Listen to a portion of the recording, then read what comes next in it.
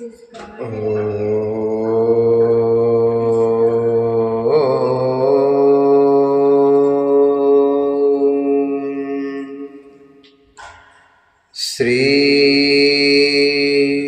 शांब शिवाय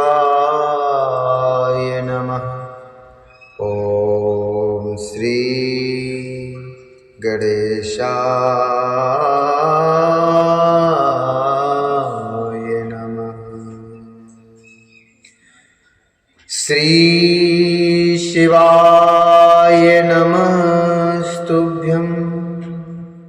श्री शिवाय नमस्तुभ्यं। श्री शिवाय नमस्तुभ्यं।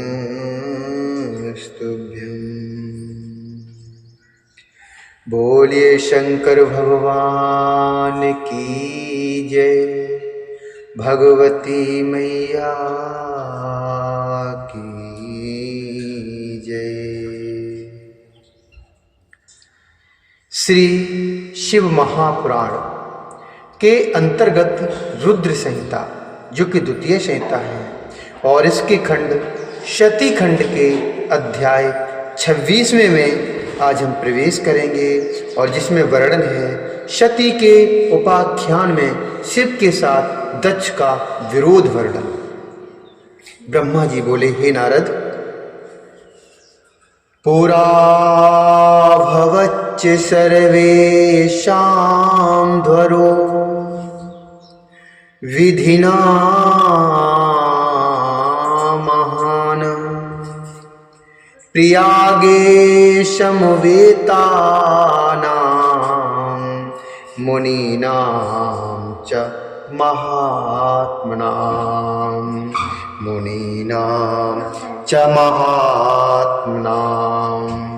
तत्र सिद्धाः शमायातः शनिकाद्धाः सुररसेयः शप्रजापत्यो देवा ज्ञानिनो ब्रह्मदर्शिनः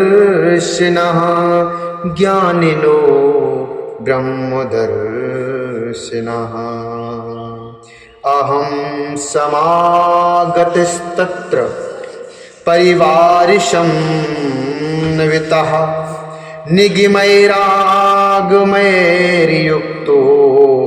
मूर्तिमद्प्रभे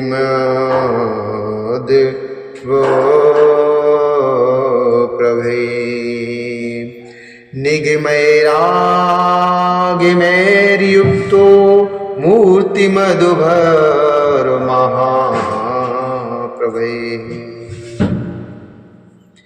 ब्रह्मा जी बोले, हे नारद, पूर्व काल में प्रयाग एकत्रित हुए समस्त मुनियों तथा महात्माओं का विधि विधान से एक बहुत बड़ा यज्ञ हुआ। उस यज्ञ में सिद्धगण, शनक आदि देवर्षि, प्रजापति, देवता तथा ब्रह्म का साक्षात्कार करने वाले ज्ञानी हैं। मैं भी मूर्तिमान महातेजस्वी निगमों में और आगमों से युक्त होकर सपरिवार वहां गया। अनेक प्रकार के उत्सवों के साथ वहां उनका विचित्र समाज जुटा था। वहां अनेक शास्त्रों से संबंधित ज्ञान चर्चा होने लगी। हे मुनि, उसी समय सती और पार्षदों के साथ त्रिलोक हितकारी, सृष्टिकर्ता एवं सबके स्वामी भगवान रुद्र भी वहां पहुंचे। शिव को देखकर संपूर्ण देवताओं, सिद्धों, मुनियों और मैंने भक्ति भाव से उन्हें प्रणाम किया और उनकी स्तुति की। उसके बाद शिव जी की आज्ञा पाकर सब लोग प्रसन्नता पूर्वक के साथ यथा स्थान पर अर्थात अपने अपने स्थान पर बैठ गए। भगवान के दर्शन से संतुष्ट होकर सब लोग अपने भाग्य की सराहना करने लगे। उसी समय प्रजापतियों के स्वामी महातेजस्वी प्रभु दक्ष प्रजापति घूमते हुए प्रसन्नता पूर्वक वहां अकस्मात आए। वे मुझे प्रणाम कर मेरी आज्ञा से वहां बैठ गए। वे दक्ष ब्रह्मांड के अधिपति और सबके मान्य थे। वे दक्ष ब्रह्मांड के अधिपति और सबके मान्य थे, परंतु अहंकारी तथा तत्व ज्ञान से शून्य थे। उस समय समस्त देव ऋषियों ने नतमस्तक होकर स्तुति और प्रणाम द्वारा दोनों हाथ जोड़कर उत्तम तेज युक्त दक्ष का आदर और सत्कार किया। किंतु नाना प्रकार के लीला विहार करने वाले सबके स्वामी और परम रक्षक महेश्वर ने उस समय दक्ष को प्रणाम नहीं किया। नानिमत्तम तदा दक्षम श्वास नस्तो महेश्वरा। उस समय दक्ष को प्रणाम महेश्वर ने नहीं किया, वे अपने आसन पर बैठे ही रह गए। महादेव जी को वह मस्तक न झुकाते देख मेरे पुत्र दक्ष मन ही मन अप्रसन्न हो गए। दक्ष प्रजापति रुद्र पर कुपित हो गए। ज्ञान शून्य तथा महान अहंकारी दक्ष महाप्रभु रुद्र को क्रूर दृष्टि से देखकर सबको सुनाते हुए उच्च स्वर में कहने लगे। दक्ष बोले, ये सब देवता, असुर, श्रेष्ठ ब्राह्मण तथा ऋषि मुझे विशेष रूप से मस्तक झुकाते हैं, परंतु वह जो प्रेतों और पिशाचों से घिरा हुआ महान स्वामी है वह दुष्ट मनुष्य के समान कैसे हो गया। शमशान में निवास करने वाला निर्लज्ज मुझे समय प्रणाम क्यों नहीं करता। इसके वेदोक्त कर्म लुप्त हो गए हैं। यह भूतों और पिशाचों से सेवित हो मतवाला बना रहता है, शास्त्रीय विधि से रहित है तथा नीत मार्ग को सदा कलंकित करता है। इसके साथ रहने वाले या इसका अनुसरण करने वाले लोग पाखंडी, दुष्ट, पापाचारी तथा ब्राह्मण को देखकर उदंडता पूर्वक उसकी निंदा करने वाले होते हैं। यह स्वयं ही स्त्री में आसक्त रहने वाला तथा रत कर्म में ही दक्ष है, अतः मैं इसे साफ देने के लिए उद्यत हूं। यह स्वयं ही स्त्री में आसक्त रहने वाला तथा रत कर्म में ही दक्ष है, अतः मैं इसे साफ देने के लिए उद्यत हूं। ब्रह्मा जी बोले। इस प्रकार कहकर वे महादुष्ट दक्ष कुपित होकर रुद्र के प्रति कहने लगे। इस प्रकार कहकर वे महादुष्ट दक्ष कुपित होकर रुद्र के प्रति कहने लगे, हे ब्राह्मणों एवं देवताओं, यह रुद्र मेरे तथा आप सभी के द्वारा वध्य है। दक्ष बोले, मैं इस रुद्र को यज्ञ से बहिष्कृत करता हूँ। यह चारों वर्णों से बाहर शमशान में निवास करने वाला तथा उत्तम कुल और जन्म से हीन है, इसलिए यह देवताओं के साथ यज्ञ में भाग न पाए। ब्रह्मा जी बोले, हे नारद, दक्ष की कही हुई यह बात सुनकर भृगु आदि बहुत से महर्षि रुद्रदेव को दुष्ट मानकर देवताओं के साथ उनकी निंदा करने लगे। दक्ष की बात सुनकर गणेश्वर नंदी को बड़ा रोष हुआ। उनके नेत्र चंचल हो उठे और वे दक्ष को शाप देने के विचार से तुरंत इस प्रकार कहने लगे। नंदीश्वर बोले, हे शठ, महामूढ़, हे दुष्ट दुर्बुद्धि दक्ष, तुमने मेरे स्वामी महेश्वर को यज्ञ से बहिष्कृत क्यों कर दिया। जिनके स्मरण मात्र से यज्ञ सफल और तीर्थ पवित्र हो जाते हैं, उन्हीं महादेव जी को तुमने शाप कैसे दे दिया। हे दुर्बुद्धि दक्ष, तुमने ब्राह्मण जाति की चपलता से प्रेरित होकर इन निर्दोष महाप्रभु रुद्रदेव को व्यर्थ ही शाप दिया और इनका उपहास किया है। हे ब्राह्मण धम, जिन्होंने इस जगत की सृष्टि की है, जो इसका पालन करते हैं और अंत में जिनके द्वारा इसका संहार होता है, उन्हीं महेश्वर रुद्र को तूने शाप कैसे दे दिया। नंदी के इस प्रकार फटकारने पर प्रजापति दक्ष रुष्ट हो गए और नंदी को शाप दे दिया। दक्ष बोले, हे रुद्रगणों, तुम लोग वेद से बहिष्कृत हो जाओ, वैदिक मार्ग से भ्रष्ट हो जाओ, महर्षि द्वारा प्रत्यक्त हो जाओ, पाखंडवाद में लग जाओ, शिष्टाचार से दूर रहो, सिर पर जटा और शरीर में भस्म एवं हड्डियों के आभूषण धारण करो और मद्यपान में आसक्त रहो। ब्रह्मा जी बोले, जब दक्ष ने शिव गणों को इस प्रकार शाप दे दिया, तब उस शाप को सुनकर शिव भक्त नंदी अत्यंत रोष में भर गए। शिलाद के पुत्र शिव प्रिय तेजस्वी नंदी गर्भ से भरे हुए महादुष्ट दक्ष को तत्काल इस प्रकार उत्तर देने लगे। नंदीश्वर बोले, रे सट, हे सट, हे दुर्बुद्धि दक्ष, ब्रह्म चापल्य के कारण शिव तत्व को न जानते हुए तुमने शिव के पार्षदों को व्यर्थ ही शाप दिया है। हे अहंकारी दक्ष, दूषित चित्त वाले मूढ़ भृगु आदि ने भी ब्राह्मण तत्व के अभिमान में आकर महाप्रभु महेश्वर का उपहास किया है। अतः यहाँ जो भगवान रुद्र से विमुख तुम जैसे खल ब्राह्मण विद्यमान हैं, उनको मैं रुद्र तेज के प्रभाव से शाप दे रहा हूँ।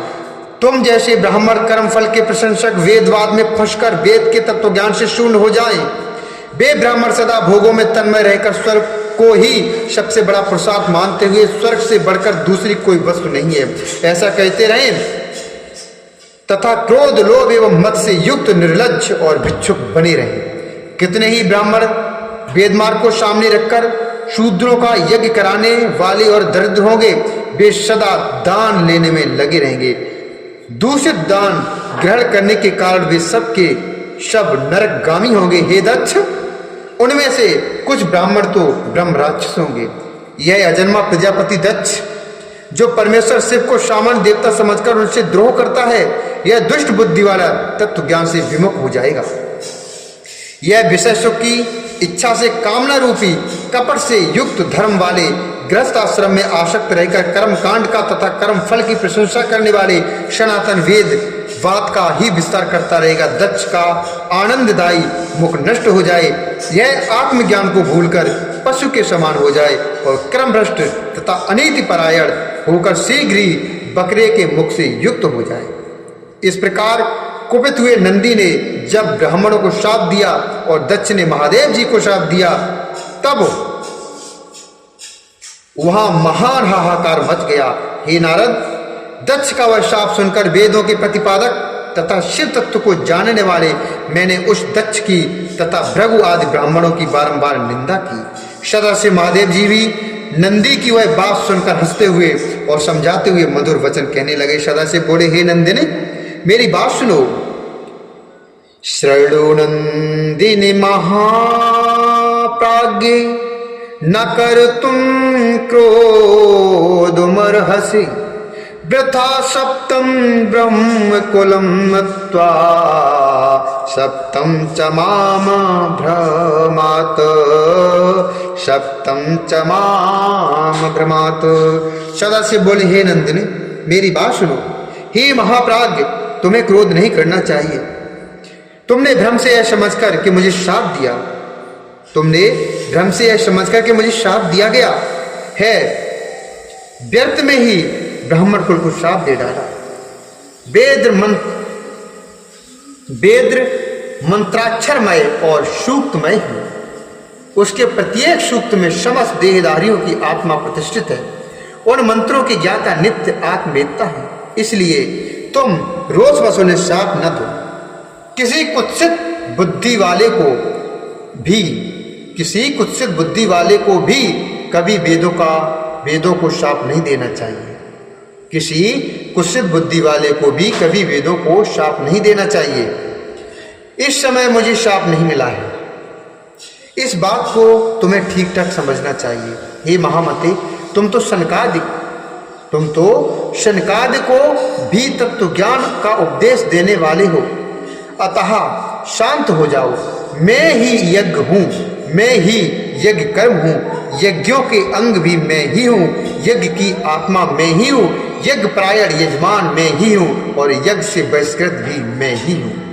यज्ञ कौन है, तुम कौन हो और ये कौन है? वास्तव में सब मैं ही हूँ। तुम अपनी बुद्धि से इस बात का विचार करो। तुमने ब्राह्मणों को व्यर्थ ही श्राप दिया है।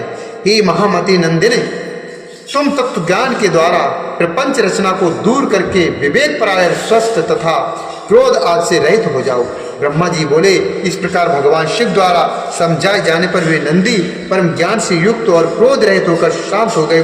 वे भगवान शिव भी अपने प्राण प्रिय गण नंदी को बोध प्रदान करके गणों सहित वहां से प्रसन्नता पूर्वक अपने स्थान को चले गए।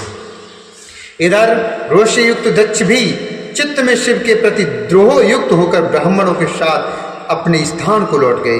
उस समय रुद्र को श्राप दिए जाने की घटना का स्मरण करके दक्ष सदा महान रोष से भरे रहते थे।